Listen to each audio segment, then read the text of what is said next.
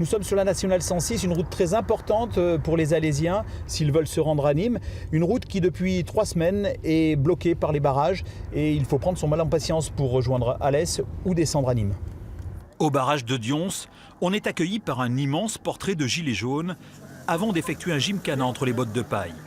Mise en place par les agriculteurs locaux, la population les a vite rejoints. En semaine, cette barricade est tenue jour et nuit par une trentaine de gilets jaunes, jusqu'à 180 le week-end. Les gilets jaunes sont déterminés, une révolte visible et pacifique, un barrage filtrant en terre camisarde où chacun a trouvé sa place. C'est la solidarité voilà, qu'on a retrouvée de tous les gens. On essaye de faire le maximum pour que tout se passe bien, pas avoir de problème, éviter les incidents, les accidents encore plus.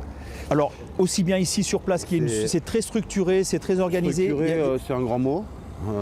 C'est surtout une volonté d'y arriver et d'être solidaire entre nous. Et voilà, pour arriver au but, le but c'est de tenir et de respecter les règles.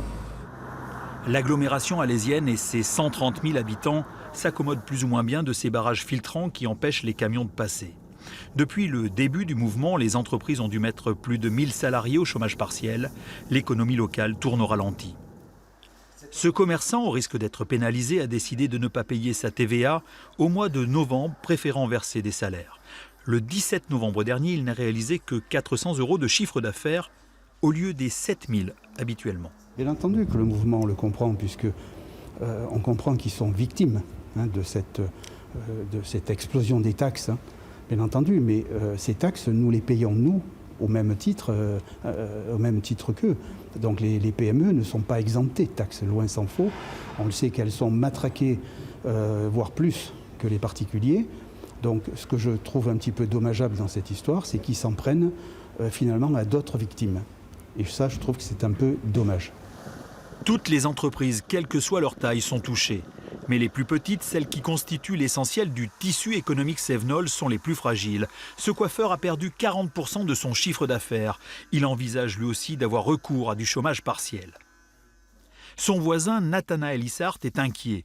Sa société d'emballage emploie 12 salariés. Ses vendeurs éprouvent les pires difficultés pour circuler.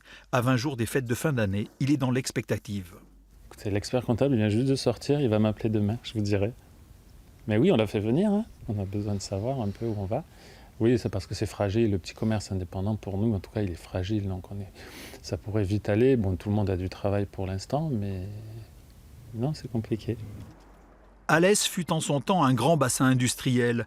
La baisse des dotations globales aux collectivités, 50 millions d'euros en moins de 6 ans, a obligé ce territoire à faire des choix, à diminuer l'offre de services publics, pénalisant encore plus ses citoyens excentrés.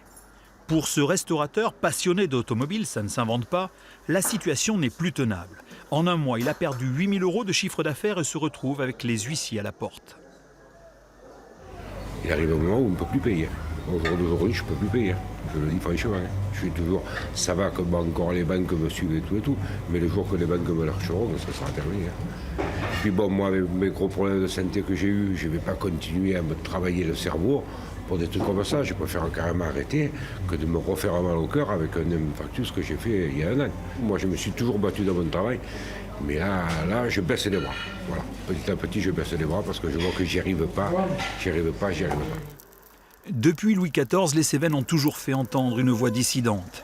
À l'annonce des propositions du Premier ministre cet après-midi sur le barrage de Dions, on a eu le sentiment de ne pas avoir été compris. Paris et Alès, visiblement, ne parlent pas le même langage.